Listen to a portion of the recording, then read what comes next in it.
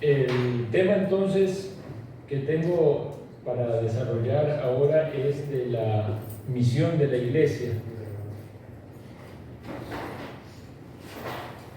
Un vuelo de British Airways que tenía como destino Düsseldorf, Alemania, terminó aterrizando en Edimburgo, Escocia, debido a una pequeña desviación del plan de vuelo. La tripulación del vuelo BA3271 recibió un plan de vuelo incorrecto de la compañía aérea y del control de tráfico aéreo. El piloto y los tripulantes no se dieron cuenta del error hasta que comenzaron el descenso y notaron que el paisaje no coincidía con lo que esperaban. Afortunadamente, el avión aterrizó de manera segura en Edimburgo sin incidentes graves. Después del aterrizaje, la tripulación se dio cuenta rápidamente del error y pudo reorganizar el vuelo para llegar a su destino original. Este incidente subrayó la importancia de la verificación de rutas de vuelos y la comunicación entre la tripulación y el tráfico aéreo para evitar desviaciones no deseadas. Digo que al hermano Daniel le gusta porque él es piloto de avión, entonces esa historia seguro que capaz que hasta tiene una mejor todavía para contar. Pero qué importante es tener la dirección correcta. Cuando hablamos de la misión de la iglesia, también podríamos entonces pensar en la dirección, en el propósito, en lo que la iglesia tiene como objetivo. Si no lo tenemos claro, vamos a ir en mal camino. Y si hay pequeñas desviaciones en un vuelo, como estamos hablando, hoy puede ser una pequeña diferencia de la coordenada. Pero cuando usted hizo 12.000 kilómetros, llegó a la otra parte del globo terráqueo, ¿verdad? Entonces, una iglesia hoy puede tener una pequeña desviación, pero puede ser que termine en un lugar completamente diferente de lo que Dios dijo. Entonces debemos tener mucho cuidado en el presente, verificar nuestra ruta de vuelo que viene de la palabra de Dios, para no llegar a algo totalmente apartado de lo que, y parte de eso es lo que hablábamos recientemente con los ejemplos y la ilustración que el hermano, o el comentario que hacía el hermano de la mundanalidad en la iglesia. Vamos a orar una vez más brevemente y seguimos. Señor, una vez más llegamos ante tu presencia, necesitados del auxilio de tu Santo Espíritu, y que lo que meditemos en esta última ponencia pueda también ser de edificación, de clarificación, de ánimo para todos nosotros y para las iglesias aquí representadas. Reconocemos, Señor, cuán débiles y frágiles somos. Ayúdanos, Señor, a los pastores y a los hermanos aquí que sirven, que podamos ser instrumentos para la bendición de nuestras iglesias locales, guiándonos por tu santa palabra, con la dirección correcta y la aplicación correcta de todos los principios escriturales, para que tú seas exaltado, reverenciado en medio de tu pueblo, y a ti sea la gloria y la honra. Pedimos tu socorro y tu ayuda en Cristo Jesús. Amén. Amén. Entonces, ¿cuál es el propósito principal del hombre? Pregunta de catecismo. ¿Quién me la responde? ¿Ah? Glorificar a Dios. Glorificar a Dios. Entonces, si decimos cuál es el propósito principal de la iglesia, no hay ninguna diferencia, ¿verdad? La iglesia está para glorificar a Dios. Y la gloria de Dios nunca va a ser contra la voluntad revelada de Dios en su palabra. Por eso es tan importante que las iglesias, como meditábamos antes, como columna y baluarte de la verdad, estén aferradas a la palabra de Dios, sean dedicadas al estudio consistente, sistemático, profundo de las Escrituras. No podemos agradar y adorar a Dios de acuerdo a nuestros propios pensamientos o a nuestras propias ideas. Tenemos que hacerlo de acuerdo a lo que es agradable a Dios. No va a recibir el Señor nuestras buenas obras, como también le dijimos, se lo dijo el hermano José Andrés, o nuestras ofrendas cuando no son hechas en la fe de Cristo. La ofrenda de Caín no fue agradable a Dios, fue agradable la ofrenda de Abel. Entonces puede haber justificativos para las buenas intenciones. Y mencionamos hoy varias veces el ejemplo de Usa, que quiso detener con sus manos el arca del pacto, de la presencia de Dios, para que no caiga en el barro. Y como bien lo decía R.C. Sproul, Usa no se dio cuenta que sus manos eran más contaminadas que el mismo barro. Y entonces, ¿qué nos enseña eso? A no pensar de que nuestras ideas propias pueden ser más sabias que las de Dios. Dios había estipulado una manera en la que el arca del pacto tenía que ser transportada, y no era a través de esos carros ni con esos bueyes, eran los levitas, y tenía toda una determinación de cómo debía ser hecho. Por eso vino luego una gran tristeza para el rey David y gran dolor, ¿verdad? Y el arca fue llevada a la casa de Aminadab, creo que era el nombre, y estuvo allí. El Señor bendijo grandemente. Pero qué importante es que tengamos en cuenta entonces las instrucciones de la palabra de Dios. Creo que ustedes también mencionaron el ejemplo de Nadab y Abiú, que ofrecieron un fuego extraño y vino fuego de parte de Dios y los quemó. Entonces, ¿cuántos peligros hay cuando estamos hablando de las cosas que son sagradas? El arca del pacto tenía que ver con la adoración en el nuevo pacto, la presencia de Dios, el tabernáculo, los instrumentos, los elementos en el tabernáculo. Nadab y Abiú también con los incensarios y ofreciendo un fuego como parte de esa adoración o liturgia del antiguo pacto. Entonces, si tomamos esos ejemplos y los queremos aplicar, lo aplicamos en nuestro entendimiento actual de la iglesia del Señor, que es la casa de Dios, que es el lugar de la adoración, que es el lugar de la presencia de Dios. Es el lugar donde ofrecemos, como leímos en Pedro, sacrificio de alabanza, el lugar donde Cristo está presente, donde es proclamado. La iglesia entonces es ese conjunto de adoradores que siguen los mandamientos del Señor, de adorarle en el culto público. Y el culto público debe ser guiado y determinado por la palabra de Dios misma. Entonces, yo quisiera, hermanos, que cuando pensamos en la misión de la iglesia, casi siempre el pasaje que utilizamos es Mateo 28 y hablamos de la misión de la evangelización. Y estamos 100% de acuerdo en que la iglesia es llamada a evangelizar, a hacer discípulos a todas las naciones. Esta es la comisión, como alguien dijo, tristemente, la gran omisión, porque muchas veces no se hace la tarea evangelística como se debe hacer. Pero recordemos cómo fue al inicio, ¿verdad? Que los hermanos se reunían para partir el pan y tenían comunión unos con los otros, pero se salía a buscar a los perdidos. Por eso el mensaje es ir y predicar el evangelio, y mientras van yendo, vayan llevando las buenas nuevas y vayan compartiendo en Jerusalén, Judea, Samaria, hasta lo último de la tierra. Todavía eso no ha sido cumplido, todavía hay partes de la tierra donde el evangelio no ha llegado. Pero entendemos también que de ahí una gran responsabilidad en el lugar donde Dios nos ha puesto, donde Dios ha establecido la iglesia. Y es correcto que la iglesia, como proclamadora de la verdad, predique el evangelio para que aquellos que Dios obra en ellos, o aquellos que la iglesia está evangelizando de alguna manera, un hermano invitando a alguien a la iglesia, y viene y se sienta allí el pecador y dice: ¿qué me van a enseñar aquí?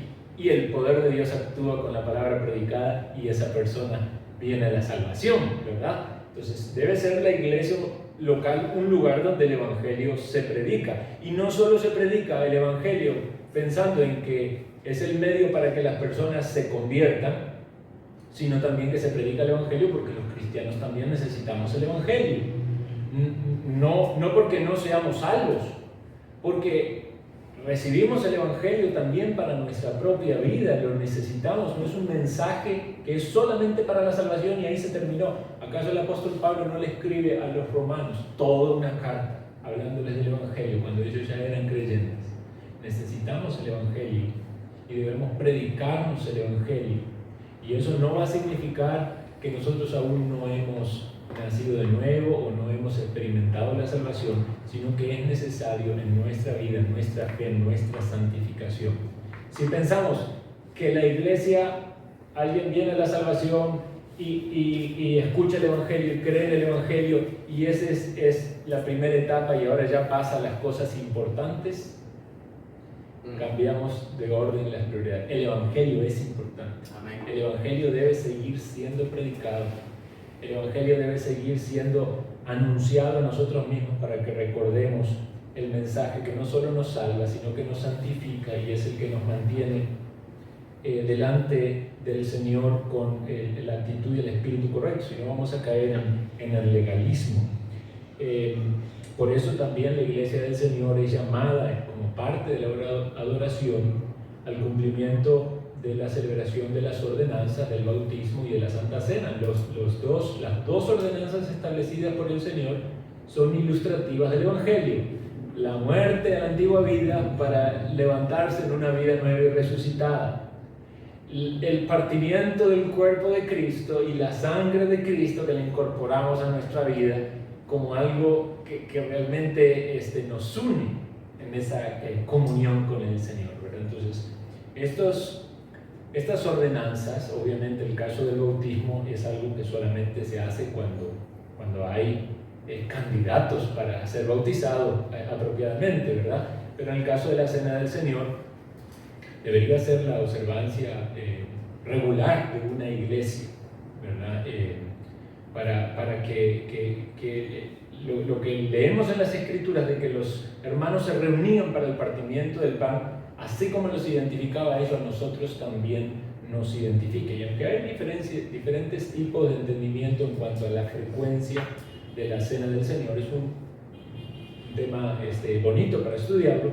Desde mi parecer y en nuestra práctica como iglesia entendemos que es parte de la adoración en el día del Señor, por eso lo hacemos todos los domingos, pero no quiero ser dogmático en esto o acusar a otras iglesias que tienen otra práctica. Lo importante es entender de que debe haber una regularidad. Ahora bien, entonces, cuando hablamos de la misión de la iglesia, sin duda tiene que ver esto con la predicación del Evangelio, sin duda tiene que ver con hacer discípulos, de que aquellos que vienen a Cristo, o quizás ya son de Cristo, pero están necesitados de alimento y llegan a nuestra iglesia, reciban alimento para crecer espiritualmente en gracia y en el conocimiento del Señor. El discipulado no solamente como un curso o como algo que nos hemos acostumbrado a resumir en 4 pasos, 10 pasos, 12 pasos, sino como la práctica de la iglesia, principalmente desde el púlpito. El pastor está discipulando con su predicación domingo a domingo. En los hogares, los padres deben estar discipulando a sus hijos y evangelizándoles. En las oportunidades que Dios da a los hermanos con otras personas, hay un deseo de participar en el discipulado mutuo y de otros. Y esta es sin duda una de las misiones que la iglesia debe cumplir: la proclamación del Evangelio, la enseñanza de la palabra, el discipulado, el crecimiento en el conocimiento del Señor y en su gracia y en todas las oportunidades que el Señor nos da de servirlo, como bien lo meditamos en las buenas obras.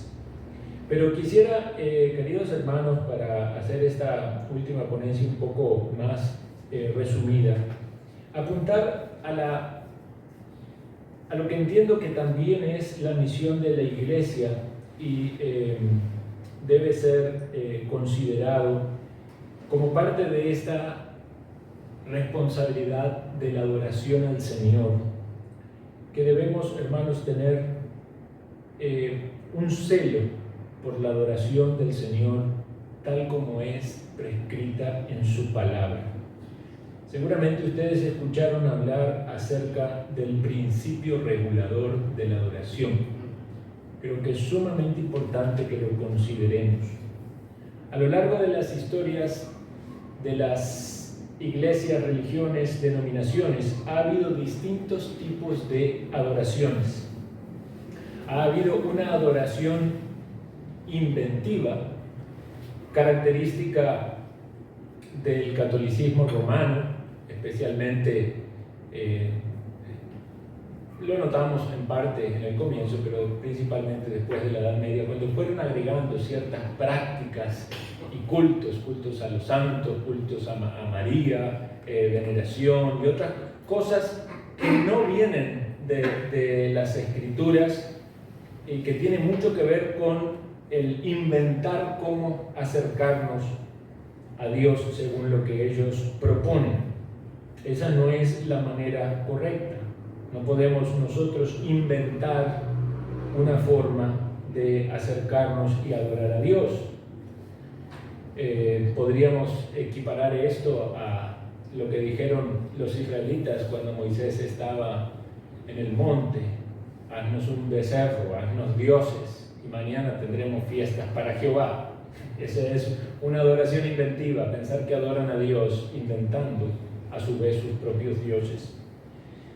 También se ha descrito una adoración normativa, y lo que la adoración normativa dice: si no está prohibido en las Escrituras, entonces podemos hacerlo. No es que inventamos algo, pero como Dios no lo prohibió, entonces vamos a hacerlo.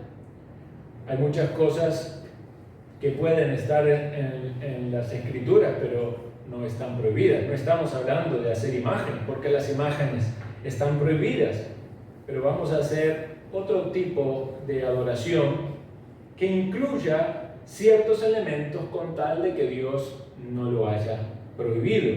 Entonces podemos hacer algunas fiestas, como iglesia celebremos la Pascua, porque los judíos celebraban la Pascua, hagamos la fiesta de los tabernáculos, porque los judíos no hay nada que nos prohíba celebrar eso. Si viene un niño, pasémoslo adelante y hagamos el recibimiento de la bendición del niño, porque los judíos a los 12 años los llevaban al templo.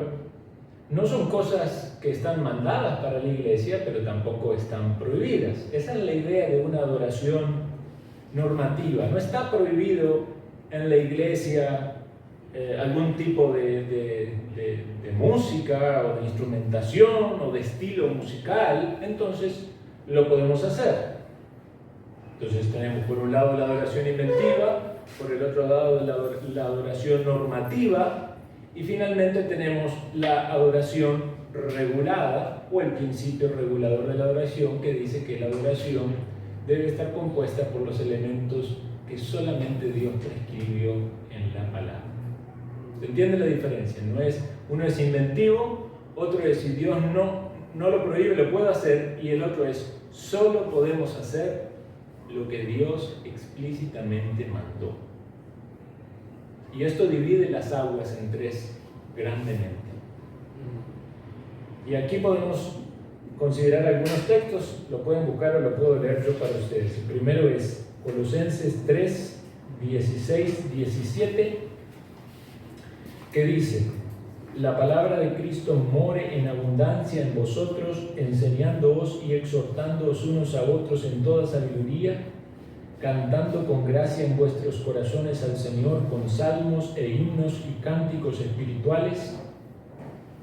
Y todo lo que hagáis, sea de palabra o de hecho, hacedlo todo en el nombre del Señor Jesús, dando gracias a Dios Padre por medio de Él. El siguiente texto, Efesios 5, 18, que dice, y los que siguen, dice: no os embriaguéis con vino, en lo cual hay disolución, antes bien, sed llenos del Espíritu Santo, hablando entre vosotros con salmos, con himnos y cánticos espirituales, cantando y alabando al Señor en vuestros corazones, dando siempre gracias a Dios por todo, al Dios y Padre, en el nombre de nuestro Señor Jesucristo. Someteos unos a otros en el temor del Señor. Estos pasajes nos hacen pensar en instrucciones que Dios dio por medio de los apóstoles a las iglesias y que eran reguladoras de la adoración pública. si bien pueden tomarse como referencias también para la adoración privada, el contexto parece guiarnos a el momento en el que la iglesia estaba reunida como iglesia. Entonces aquí encontramos los elementos que deben ser considerados como necesarios e imprescindibles en el culto. ¿Qué es lo que debe haber en el culto? Primariamente, palabra de Dios. La palabra de Dios predicada, la palabra de Dios leída. ¿Recuerdan la instrucción de Pablo a Timoteo cuando le dice, ocúpate de la lectura? No era que Timoteo tenía que llegar a su habitación y ponerse a leer la Biblia, no era, ocúpate de la lectura pública, la lectura de las Escrituras, la lectura de la palabra de Dios. Aquí nos dice que la palabra debe morar en abundancia. Tristemente vemos de iglesias donde la música tiene su mayor tiempo. Pueden estar 45 minutos con música, pero cuando van a la escritura es lo que menos tiempo tienen y menos profundidad. Aquí vemos una centralidad de las escrituras, porque es por la palabra que Dios santifica a su pueblo, por la palabra llega la instrucción, por la palabra viene el conocimiento del Señor, por la predicación de la palabra el Espíritu de Dios obra en nosotros como una espada de dos filos que dice que penetra hasta partir el alma, la coyuntura, los tuétanos, discierne los pensamientos, las intenciones del corazón. Este es el ministerio de la palabra. Debe haber una centralidad en el culto de la palabra. Llegamos para ser expuestos en el culto público a la palabra del Señor. Confiamos en que Dios va a utilizar el vaso de barro, el frágil instrumento, como un portavoz, un profeta, entiéndanlo en el buen sentido actual, del mensajero de la palabra, el que lleva el mensaje de la palabra al pueblo, que estuvo en la presencia del Señor y en dependencia del Señor para traer algún texto de la Escritura con una reflexión, meditación, interpretación para aplicarlo a la vida de las personas, y aquellos que son incrédulos para ser guiados a la salvación, y el creyente para ser guiado a la edificación y al conocimiento del Señor, movido a confesar sus pecados, movido a ordenar su vida, movido a amar al Señor.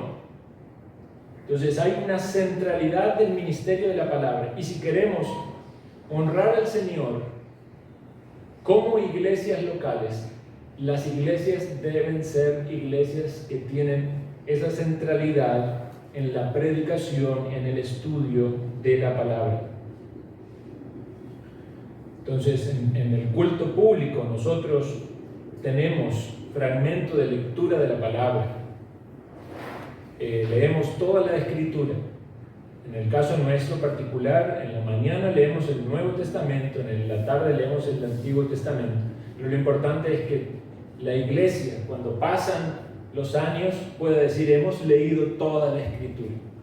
Es parte del culto público, es requerido en las Escrituras que ese elemento esté, no es algo opcional.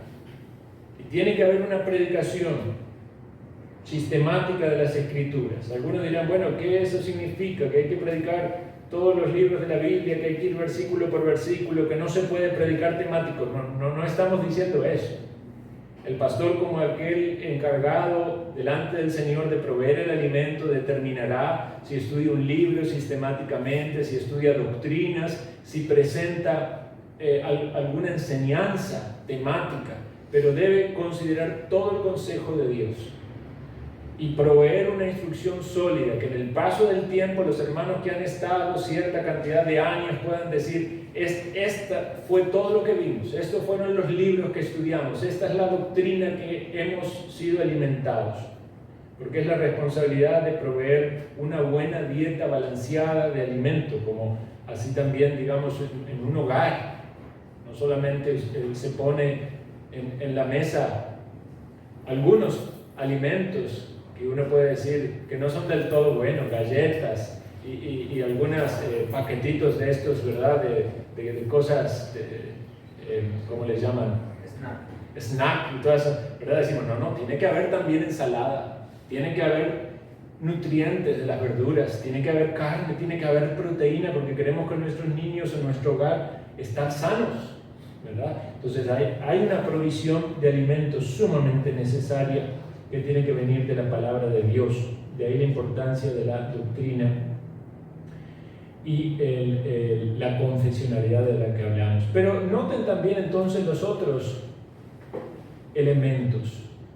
El elemento de el cántico. Está incorporado aquí el cántico, dice salmos e himnos y cánticos espirituales. Ciertamente hay algunos que han interpretado esto, los que son llamados salmodia exclusiva, que todos estos textos hacen referencia a cánticos propios de la palabra de Dios. No es lo que yo entiendo, ¿verdad? Pero lo que entiendo y practicamos nosotros es que la iglesia, por supuesto que puede cantar los salmos, y es algo que deberíamos hacer con mucho gozo, porque qué mejor que cantar la palabra de Dios literalmente, tal como allí está, o parafraseándola, pero el contenido de la palabra de Dios, pero también cantar algún otro cántico espiritual cuya letra y cuyo contenido doctrinal es consistente con la palabra de Dios. Él lo decía el hermano Daniel, ¿qué pasa si encontramos un himno o una canción que no es consistente con la doctrina? No deberíamos cantarlo. Si tiene algo doctrinalmente equivocado, deberíamos quitarlo, removerlo y desecharlo, porque es nuestro culto a Dios. No podemos llegar con fuego extraño. Tenemos que ofrecer a Dios lo que Él nos mandó. Y si dice que son cánticos espirituales y tiene mala doctrina, ya deja de ser espiritual. Estamos cantando algo que quizás es una herejía. Y a veces puede ser que no necesariamente haya allí un cántico que tenga una clara herejía, pero puede ser que estemos cantando cosas que son tan insulsas, sin poco contenido, sin poca discernimiento, que solo apelan a las emociones, que solo quiere llevarme a un estilo de adoración que no es espiritual, sino que mueve más mi cuerpo o mueve más mis emociones. Y aquí lo que hablábamos con el hermano, de que cómo se ha metido en la adoración de la iglesia cosas del mundo. Se ha metido porque me gusta esa música, me gusta ese ritmo, me gusta esa instrumentación, me gusta esa hace que mis características, digamos, humanas, ¿verdad? Los sonidos, me atrae. Pero ¿es eso realmente lo que buscamos en el culto, que no es para nuestra satisfacción, sino para la gloria de Dios? Entonces tiene que ser un cántico espiritual, tiene que ser algo solemne, tiene que ser algo que nos hace pensar reverentemente de Dios, porque no debemos olvidar la grandeza de Dios. Pensemos en la descripción que hay en el Apocalipsis acerca del cántico, que dice el cántico de Moisés, siervo de Dios, y el cántico del Cordero, Apocalipsis 15, diciendo: grande y maravillosas son tus obras, Señor Dios Todopoderoso, justos y verdaderos son tus caminos, Rey de los santos.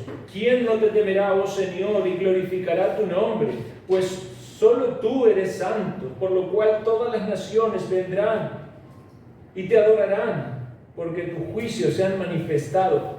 Y pensemos eso, que todas las naciones van a venir en un momento cuando el Señor manifieste su reino en gloria.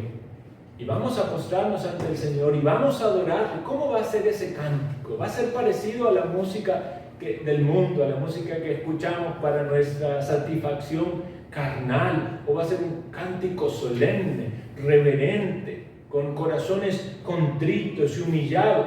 Y aquí puede saltar una gran cantidad de observaciones o críticas, porque ustedes saben, hermanos, que luchamos también contra nuestra carne y nuestras tradiciones y nuestros gustos. Y entonces alguien puede decir: es que hay una cuestión cultural que tenemos que respetar. Si usted va a África, en África es así, en Asia es así.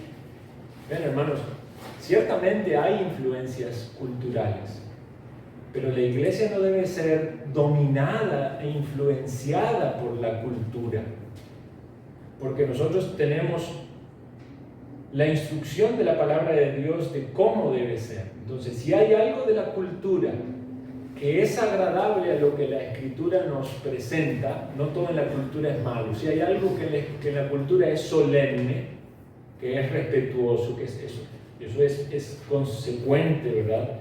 Pero si hay algo en la cultura que es bajo, que es desagradable a los ojos de Dios, que se vincula o se hacen conexiones con... Eso debe ser rechazado. Por eso no podemos hablar de cualquier género musical como cristiano. No podemos hablar de cualquier instrumentación como cristiana. No podemos hablar de cualquier ritmo como cristiano. Debemos ser muy cuidadosos de cómo la iglesia se contamina con las cosas de este mundo. Como estamos acostumbrados, ¿verdad?, a los grupos y a las bandas, entonces la iglesia tiene que tener una banda. No es un elemento que nos pide Dios en la adoración.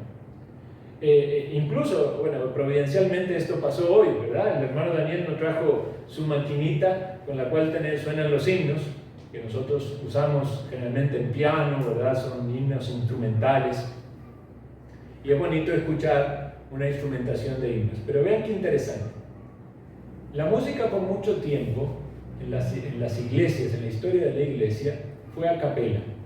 A capela significa sin música, ¿verdad? Con nuestro cántico. Y de ahí, a capela es de la capilla. O sea, la música de la capilla, de ahí viene a capela. Era la de la capilla, era sin música. Entonces, alguien puede decir, pero qué terrible, qué aburrida esa iglesia, ahí no tienen música, ¿eh? Pero, un momento, eso no hace que no sea iglesia del Señor. Esa iglesia sin música puede ser una iglesia que está más aferrada a las Escrituras y adorando a Dios mucho más agradable que aquella con los mejores músicos. Porque la centralidad no está en la música, la centralidad está en la palabra. Y porque el cántico no es el cántico de la banda o del vocalista que es el que canta y todos los otros miran, es el cántico de la iglesia, de la congregación. No olvidemos las descripciones bíblicas. Adoraban a Dios con sencillez de espíritu, en un mismo sentir. Imaginemos la iglesia primitiva o la iglesia del primer siglo, la iglesia de las catacumbas, que aún con la persecución y todo, cantaban y no había instrumentación y alababan al Señor y daban gracias en sus corazones y abundaba la palabra. ¡Ay, qué iglesia aburrida!, diríamos. Esa iglesia no está actualizada, esa iglesia no tiene las características que debe tener, no se percibe allí el espíritu. No nos confundamos, no evaluemos con ojos mundanos a la iglesia del Señor. Una iglesia tiene lo que tiene que tener cuando tiene lo que Dios mandó en las Escrituras. Y una iglesia que puede ser muy agradable a los hombres puede ser desagradable a Dios. Por eso las iglesias multitudinarias tienen falsos pastores y están llenas de cuestiones materiales y son profesionales en un montón de cosas de medios. Pero si ahí no está el mensaje verdadero y la adoración no es agradable a lo que Dios manda en su palabra, sinagogas de Satanás. Asegurémonos de que nuestras iglesias presentan a Dios una adoración pura y que el culto mantiene los elementos que deben estar allí. Debe haber oraciones. Por supuesto que sí, la oración es parte importante en el culto a Dios, porque venimos a adorarle. Oramos a Él pidiendo la dirección del culto, pidiendo su bendición, invocando su presencia, confiamos en las promesas de su presencia, le cantamos con reverencia, con devoción, con cánticos que nos llevan a pensar lo que cantamos, como dice el pasaje: oraré con el espíritu, oraré con el entendimiento, cantaré también con el entendimiento. Cántico congregacional de cada uno, no poniendo la expectativa en otras cosas. No es el sonido, no es la música, es el cántico del corazón que brota agradecido del pueblo de Dios que desea alabar a Dios. Vea, puede haber una iglesia que tenga su culto y Dios mirando del cielo dice: no hubo adoración, porque no estuvieron los elementos de la adoración, porque no estuvo la intención, no estuvo la pureza de la adoración. O puede ser que Dios vea en esa gran iglesia solo 2 o 3 que efectivamente están adorando, porque el Padre busca adoradores que le adoren en espíritu y en verdad. Pero si evidentemente en la iglesia y los pastores que tienen esta responsabilidad no enseñan, instruyen a la iglesia cuáles son los elementos que no pueden faltar en la adoración, entonces va a haber mucho más tropiezo. Y si se ponen las expectativas y el enfoque en otras cosas que no son los elementos de la adoración, tristemente se va a perder la bendición de lo que Dios trae a su pueblo. El culto, que es en nuestra adoración para Dios, termina siendo la bendición de Dios sobre su pueblo. Si usted va al culto y adora a Dios, usted va a salir mejor de lo que entró, porque Dios le bendice con su presencia, le bendice con su palabra, le bendice con bendiciones espirituales a su vida. El hecho de que podamos adorarle ya es una bendición. Dios nos ha dado la luz de la verdad, nos sacó del reino de las tinieblas. Podemos adorar al Dios vivo y verdadero. Es como el día del Señor. Dios nos ha dado un día para que lo dediquemos para Él. ¿Y quién es el mayor bendecido en ese día? Es el hombre. Por eso dice, el día de reposo fue creado por causa del hombre. Es para nuestro beneficio que podemos dedicar un día a la adoración al Señor. El día que Cristo resucitó, el día que se levantó de los muertos, el día que se presentó resucitado a los discípulos, el día en que se partía el pan y se celebraba la cena del Señor, el día del Señor. Queridos hermanos, consideremos la importancia de una adoración pura. Evaluemos nuestros cultos. No tengamos temor en quitar aquellas cosas que no han sido mandadas por Dios. Puede haber algunas quizás debates o luchas de algunas cosas si son elementales, pero centrémonos en lo que nos dice la Escritura. ¿Cómo es nuestro culto? ¿Tenemos oración? ¿Tenemos lectura de la palabra? ¿Tenemos predicación de la palabra? Puede preguntar a alguien, ¿y las ofrendas? Bueno, vean la enseñanza de la Escritura. Cada primer día de la semana ponga alguno de vosotros aparte algo, para que no se recojan ofrendas. Coloque su ofrenda allí. Es el día del Señor, sepárelo. Nuestra ofrenda también es parte en la que adoramos a Dios. Unámonos con nuestros hermanos a participar del partimiento del pan, a confesar nuestros pecados. Animémonos y estimulémonos al amor y a las buenas obras. ¿Cuál es la misión de la iglesia? Ciertamente la misión de la iglesia es ir y hacer discípulos. Ciertamente es ganar a las naciones para Cristo, es discipularlas, es entrenarlas. Pero también la iglesia es llamada a adorar a Dios. Y debe velar por hacerlo prudentemente y de acuerdo a los principios bíblicos. No caigamos en el pecado de Nadab y Abiú, no caigamos en la temeridad de Usa, de jugar a ser más sabios que Dios, de pensar que podemos hacer mejor las cosas, de que podemos tener una oración inventiva o de que podemos justificarnos en que Dios no nos prohibió, entonces traemos allí el pandero y el shofar y lo que Dios mandó en su palabra. Amén. Y la gloria sea para Él. Y como dice Boyan en uno de sus mensajes, y si se está predicando lo que se debe estar predicando y haciendo lo que Dios manda, y se queda usted solo, pero usted está haciendo lo que Dios... Quizás esas personas, como decía bien el hermano José Andrés, quizás no estaban buscando una iglesia verdadera, estaban buscando una iglesia de acuerdo a sus gustos, que no es la iglesia que Dios dice en su palabra.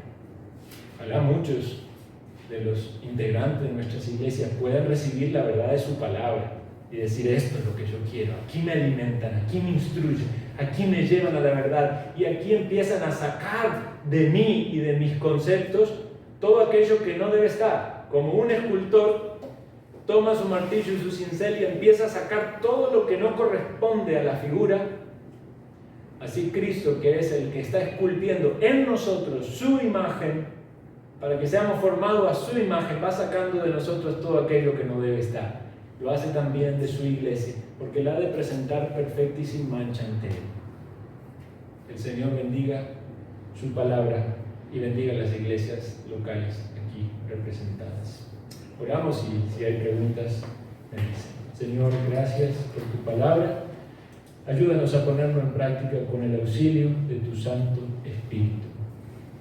Bendice, oh Dios, a todas las iglesias aquí representadas para que nuestra adoración cada domingo que le vamos a ti sea agradable y pura y crezcamos en la práctica piadosa conforme a tu Escritura. En nombre de Jesús. Amén.